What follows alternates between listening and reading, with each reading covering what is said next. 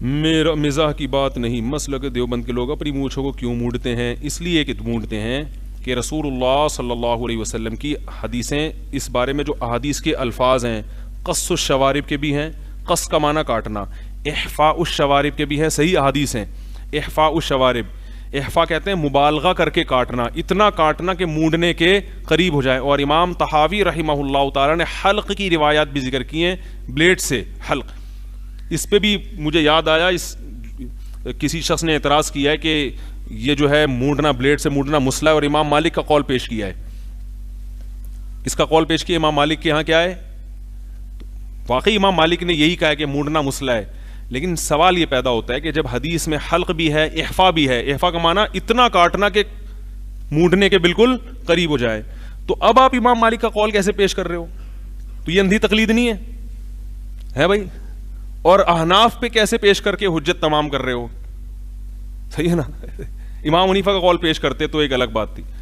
تو کہیں سے بھی ملے نا، اٹھا کے پارسل کر دو، پھر کوئی نہیں پوچھتا کہ یہ امام مالک کے قول کا کیا تک بنتا ہے یہاں پہ۔ تو حلق کی روایات بھی ہیں، امام طحاوی نے ذکر کی ہیں، اور اگر حلق کی نہ بھی ہوں، وہ بالفرض فرض کر لیں کہ وہ حدیثیں ضعیف ہیں، تو احفاء جو ہے نا، احفاء وہ بھی حلق ہی کی طرح ہوتا ہے، یعنی قینچی سے اتنی باریک کر دی جائیں کہ دیکھنے میں کیا لگے، بالکل جڑ سے ختم۔ استیصال کہتے ہیں جڑ سے ختم کرنا۔ سمجھ میں آ رہی ہے بات؟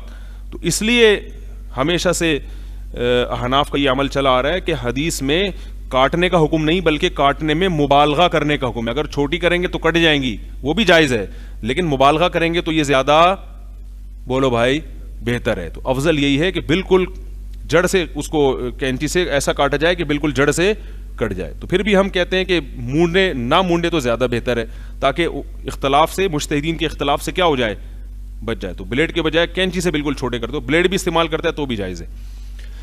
تو افضل یہی ہے، لیکن رکھنا بھی جائز ہے، رکھنا بھی جائز ہے۔ حضرت عمر کی مونچھیں تھیں اتنی بڑی بڑی، یہاں تک پھیلی ہوئی تھیں، سبالتین جسے کہا جاتا ہے، لیکن وہ سائڈوں سے اتنی بڑی مونچھیں رکھنا کہ ہونٹ کا جو بالائی کنارہ ہے وہ ڈھک جائے، یہ درست نہیں۔ ہمارے فرمایا کرتے تھے ایسی ایسی مونچھیں لوگوں نے رکھی ہوتی ہیں بڑی بڑی نا، پورے ہونٹ غائب، پانی پینا تو یہاں سے ڈھکن اٹھایا، پانی پیا واپس۔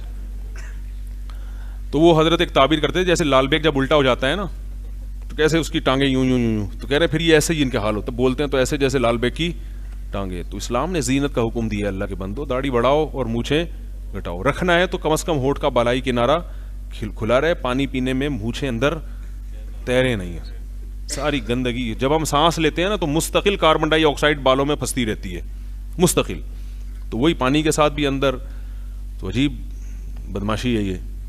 تو اللہ تعالی ہدایت دے، بس کافی ہے۔